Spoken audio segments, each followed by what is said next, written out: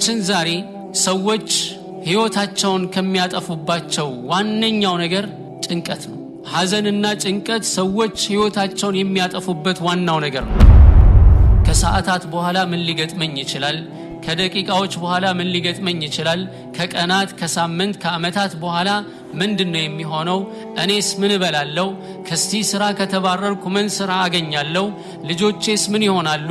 እነዚህና የመሳሰሉ ጭንቀቶች ናቸው ማለት ነው።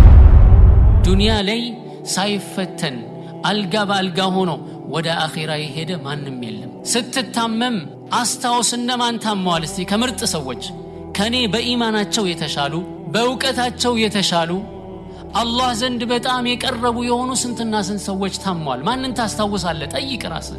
ስለዚህ ለነሱ ያልቀረው ነገር ለኔ ሊቀርልኝ አይችልም። አላህ ሱብሓነሁ ወተዓላ ይሄ ነገር እንዲደርስብን የሚያደርገው በደረጃ ከፍ እንድንል ስለሚፈልግ ሊሆን ይችላል። ሰብር በማድረግ ኢብቲላ መሆኑን አውቀን ሰብር ስናደርግ የሚመጣብንን ነገር ችለን ስንቀበልና ወደ አላህ ሱብሓነሁ ወተዓላ ስንመለስ አላህ ምን ያደርጋል? ደረጃችንን ከፍ ያደርገዋል ማለት ነው።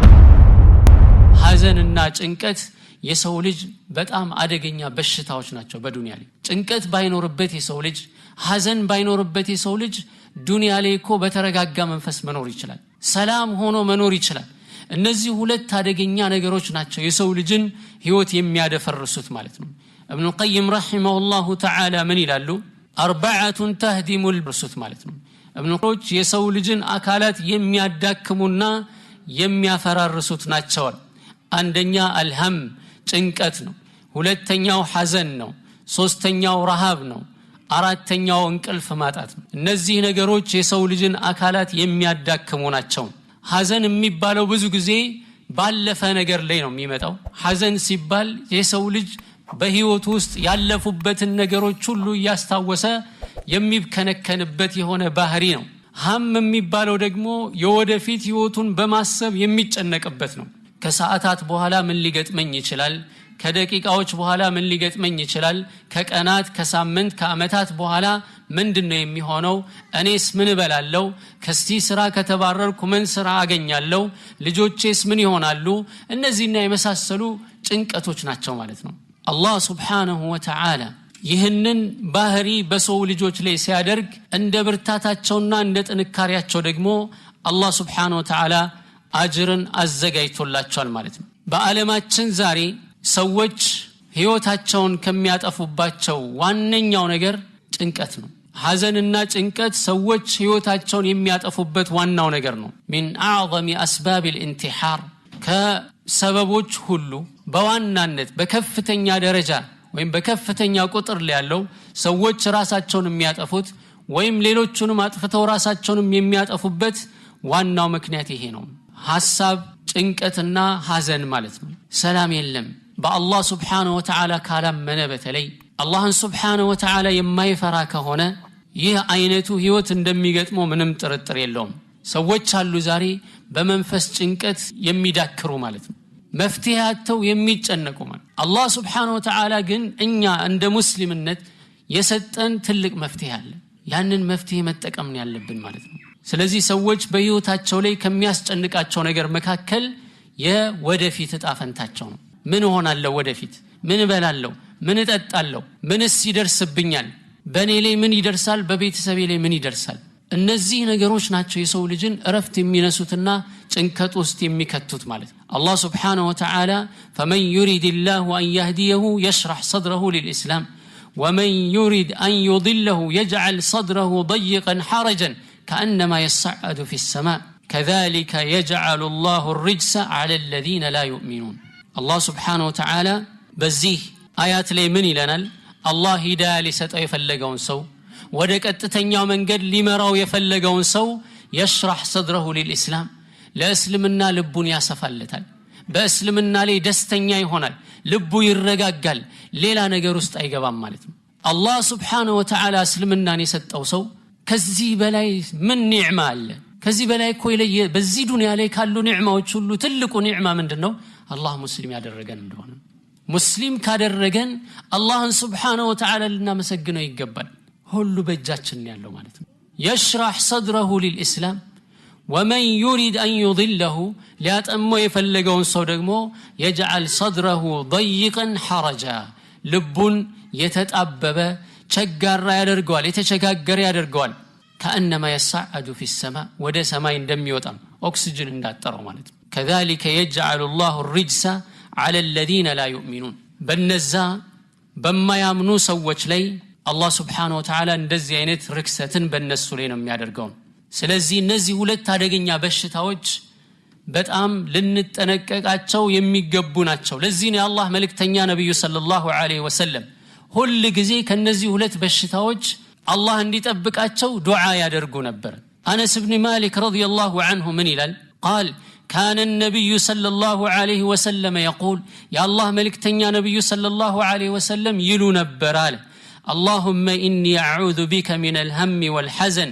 والعجز والكسل والجبن والبخل وضلع الدين وغلبة الرجال يا الله يلالو يا الله ملكتنيا نبي صلى الله عليه وسلم كنا الله يمرت أتشو أوتي مفاتيح الدنيا يا دنيان مكفشا هلو يتستأتشو نبي صلى الله عليه وسلم أي يا دنيا هلو يقربين إني أريد أن أجوع يوما وأشبع يوما أو كما قال النبي صلى الله عليه وسلم أنا بدنيا لي سنور منور مفلقوا على النبي صلى الله عليه وسلم عندك أن يبلغ بليلك أن يترابك منور مفلقوا مسكين منور نو بدنيا لي مفلقوا على الله ملكتنيا النبي صلى الله عليه وسلم دعاء يدرقون بالنبي صلى الله عليه وسلم اللهم إني أعوذ بك يا الله بانت تتبك اللهن من الهم والحزن كهم كجنكت بانت تتبك اللهن والحزن كحزن بانت تتبك اللهن يسو لجل يميدرسو حزن سو سيموتبت ብቻ አይደለም በህይወቱ የሚያዝን ሰው አለ በኑሮ የሚያዝን ሰው አለ በተሰጠው ነገር የሚያዝን ሰው አለ ለዚህ ነው አላህ መልእክተኛ ነብዩ ሰለላሁ ዐለይሂ ወሰለም ሁሉ ጊዜ በዱንያ በመንኖርበት ጊዜ انظروا الى من تحتكم ሁሉ ጊዜ ወደ በታቻችሁ ተመልከቱ ዱንያ ላይ ስትኖሩ የበታቻችሁን ተመልከቱ ከናንተ በታች የሆነ ሰው አለ እኔ የመጨረሻ ዝቅተኛ ሰው ነኝ ካልክ ካንተ በታች የሆነ ሰው አለ ተመልከት እሱን ማለት አባባል ምንድነው የሚባለው ጫማ የለኝም ብለህ አትዘን ለምን እግር የሌለው አለ ደግሞ እግር የሌለው አለ መጓዝ የማይችል አንተ ጫማ የለኝም ብለህ ነው የምታዝነው انظروا الى من تحتكم የበታቻችሁን ተመልከቱ ولا تنظروا الى من فوقكم ከናንተ በላይ ወዳለው አትመልከቱ ይሄ ምን ያረጋል የአላህን Subhanahu Wa Ta'ala ኒዕማ እንዳትክዱ አላህ በእናንተ ላይ የዋለላችሁን ጸጋ እንዳትክዱ ይጠቅማችኋል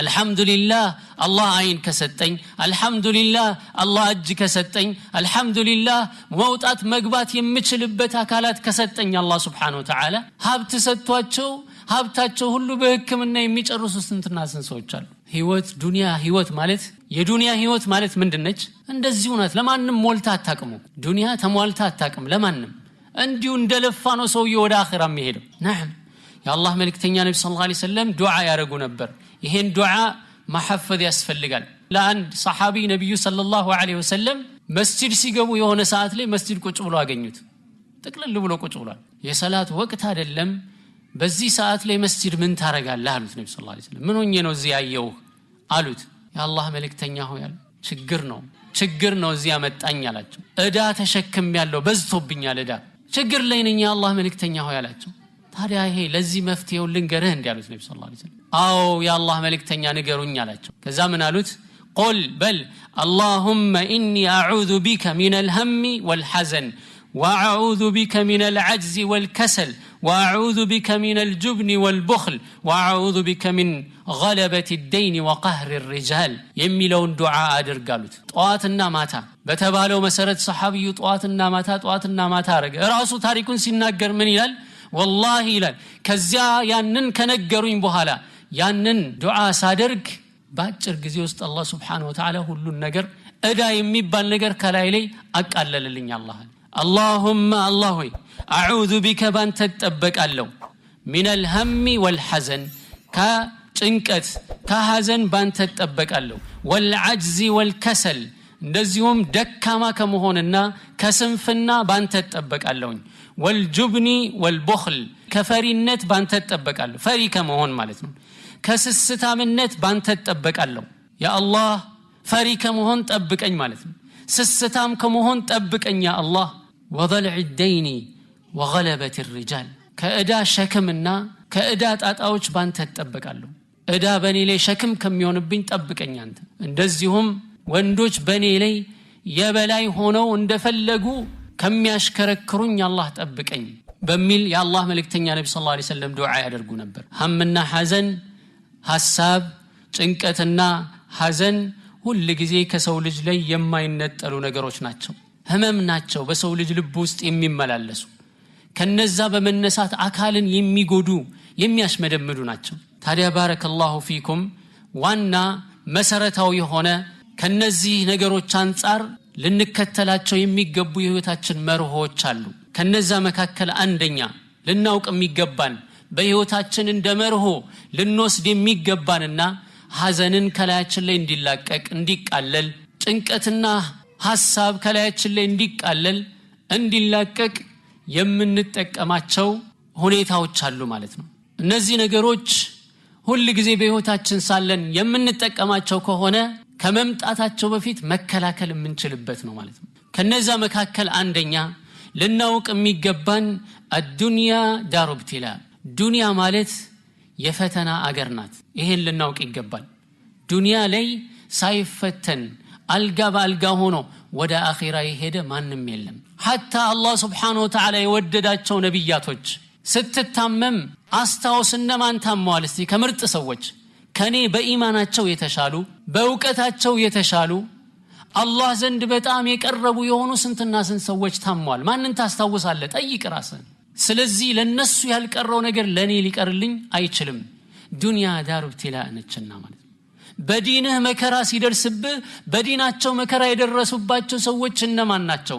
መለስ በልና አስታውስ። በሚያደርጉት ወደ አላህ Subhanahu Wa Ta'ala በሚያደርጉት መቃረብ፣ በሚሰሩት ዒባዳ፣ ዲናቸውን አጥብቀው በመያዛቸው ሙሲባ የደረሰባቸው ስንትና ስንት ሰዎች ናቸው። አንተ ያ ሙሲባ ሲደርስብህ እነዛን ሰዎች አስታውስ። ሰሃባዎች ምን ነበሩ?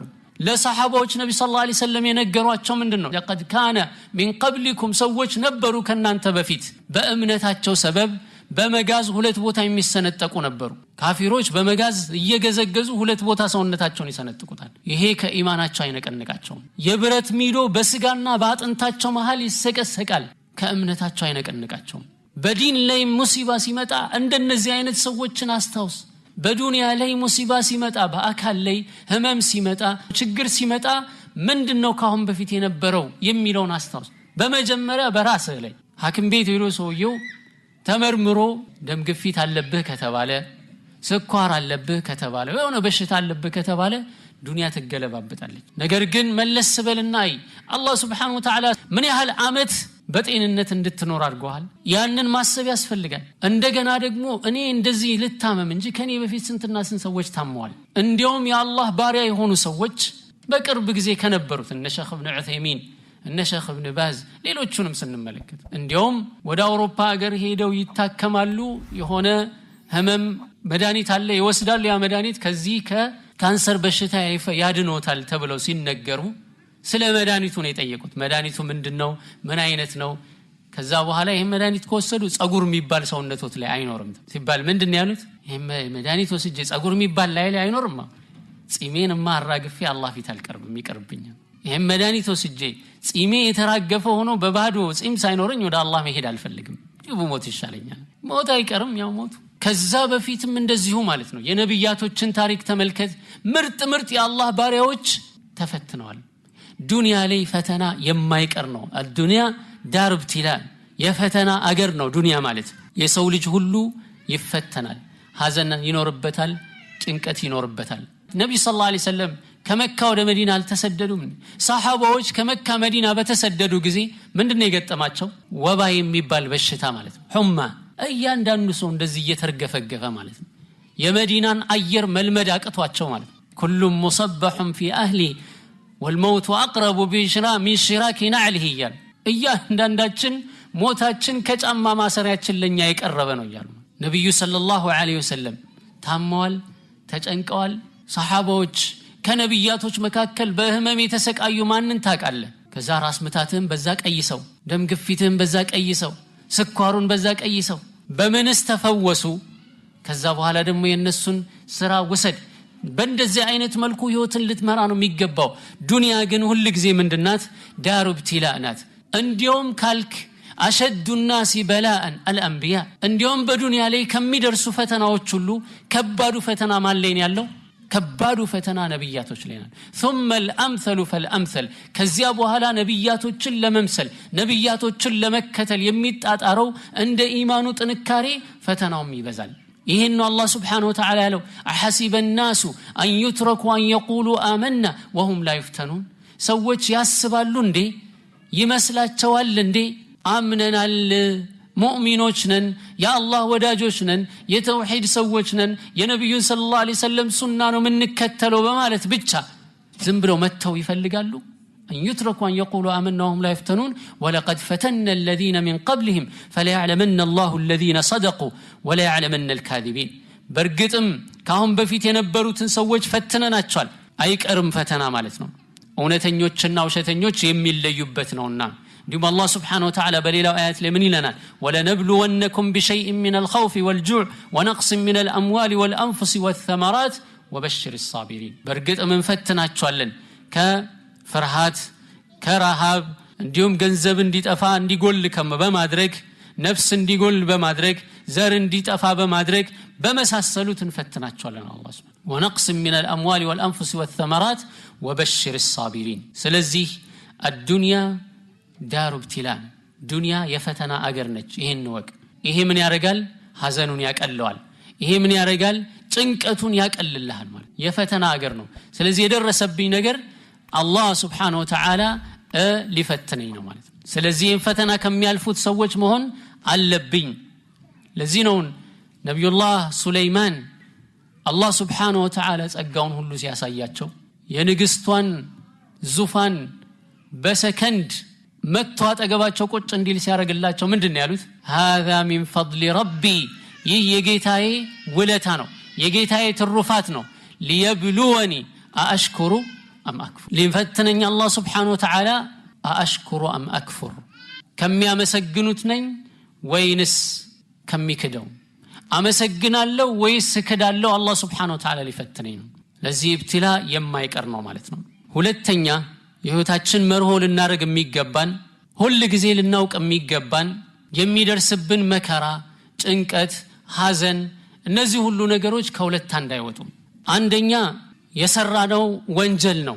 በሰራነው ወንጀል ቅጣት እየደረሰብን ነው ምናጠፋቸው ትልቅም ይሁን ትንሽ ወንጀሎች አሉ እነዛ ወንጀሎች ሰበብ አላህ Subhanahu Wa Ta'ala እየቀጣን ነው በዱንያ ያ ሊሆን ይችላል ሰበቡ ለዚህ መፍትሄው ምንድነው استغفار ማድረግ ነው ወደ አላህ Subhanahu Wa Ta'ala መመለስ ነው ብዙ ጊዜ ሰዎች ሙሲባ ሲደርስባቸው ወደ ራሳቸው አይመለሱም አብዛኛው ሰው በሌላ ሰው ላይ ነው የሚያላክከው እሱ ነው እንደዚህ ያረገኝ በሱ ሰበብ ነው እንደዚህ የሆንኩት በሷ ሰበብ ነው እንደዚህ የሆንኩት በወንጀሌ ነው የሚል ማንም የለም ስለዚህ በህይወታችን ላይ እንደመርሆ ልንይዘው የሚገባው ምንድነው እሱ በመንሰራው ወንጀል እየተቀጣን ሊሆን ይችላል ችግር ከሆነ ረሃብ ከሆነ ድህነት ከሆነ ስቃይ ከሆነ መከራ ከሆነ ሐዘን ከሆነ ሙሲባ የሚደራረብብን ከሆነ ይሄ ነገር የምሰራው ወንጀል የሚያስከትልብኝ አደጋ ሊሆን ይችላል ብሎ ማመንና ወደ ራስ መመለስ ያስፈልጋል አላህ Subhanahu Wa Ta'ala ምንድነው የሚለው ظهر الفساد في البر والبحر بما كسبت ايدي الناس በምድር ላይ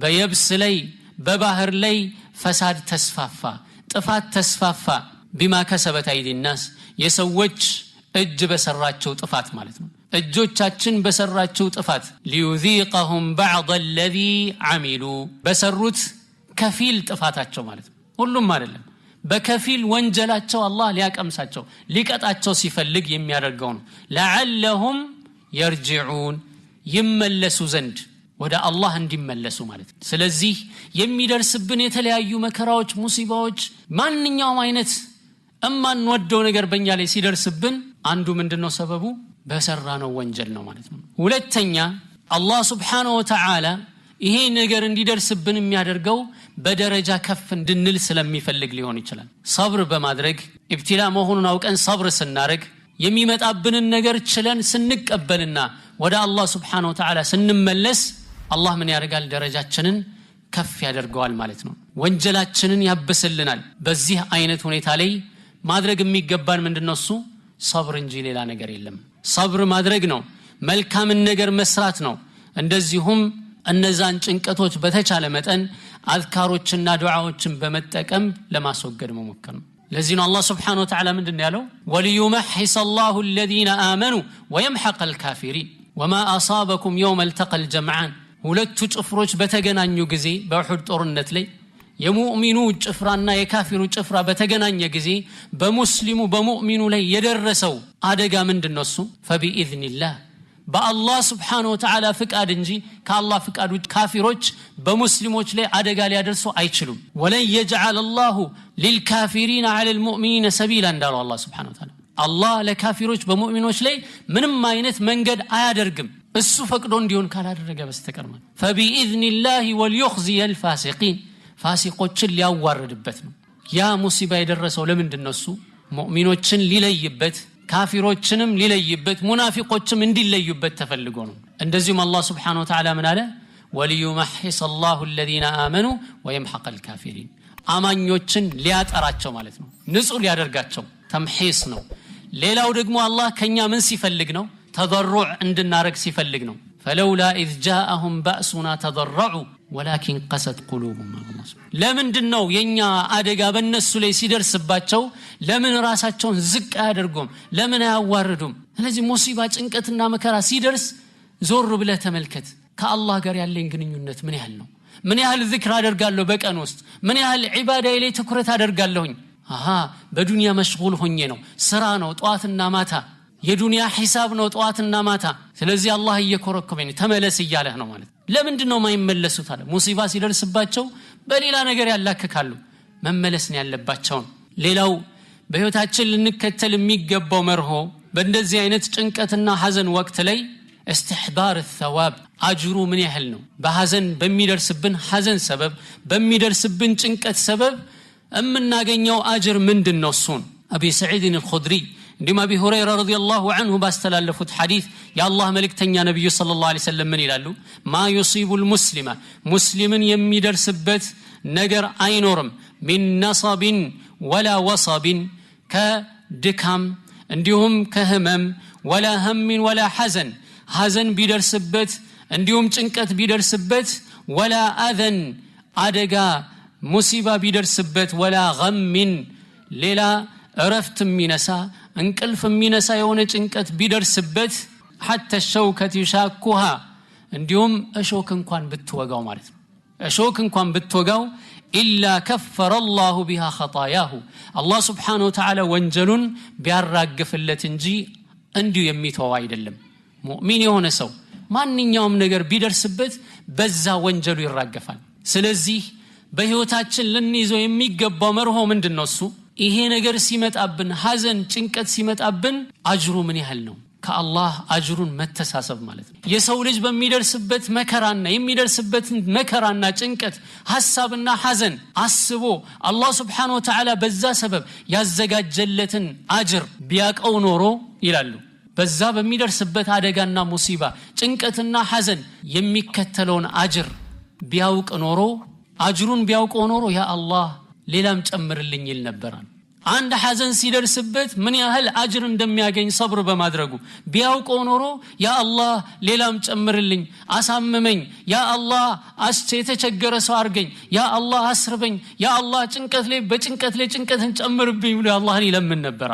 አጅሩ በጣም ከፍተኛ ከመሆኑ የተነሳ ማለት ስለዚህ እያንዳንዱ የምናደርጋቸው በህይወታችን ውስጥ የምናደርጋቸው ውጣ ወረዶች ሁሉ አጅር አላቸው ማለት በአላህ እስካመንን ከአላህ እስከተሳሰብን ድረስ ማለት ዛሬ ሙስሊም የሆነ ሰው ሙእሚን የሆነ ሰው ስንትና ስንት ጭንቀት አለበት ከጭንቀቶቹ አንዱ በምን አይነት ነው ኻቲማዬ ምንድነው ብሎ ይጨነቃል መጨረሻ ህይወቴ በምንድነው የሚሆነው በላ ኢላሃ ኢላላህ ላይ ሞት ይሁን ያ አላህ ልጆቼስ ምን ይሆኑ ይሁን ቤተሰቦቼስ ምን ይሆኑ ይሁን ይጨነቃል ሙእሚን የሆነ ሰው ይሄ ሁሉ ምንድነው እሱ አጅር አለው እያንዳንዱ የሚያረጋቸው ውጣ ወረዶች የሚደርሱበት ሁሉ አጅር እንዳለው ማሰብ ያስፈልጋል ማለት ነው ሌላው ምን ይላሉ ዑለማዎቹ دوام الحال من المحال አንድ አይነት ሁኔታ እስከ መጨረሻው በዛ አይነት መልኩ መቀጠል ይሄ የማይሆን ነገር ነው ስለዚህ احسان الظن بالله ላይ احسان الظن برب احسن الظن بربك በጌታ ላይ መልካም ጥርጣሬ ይኑርህ ወዕለም አነ الفرج قريب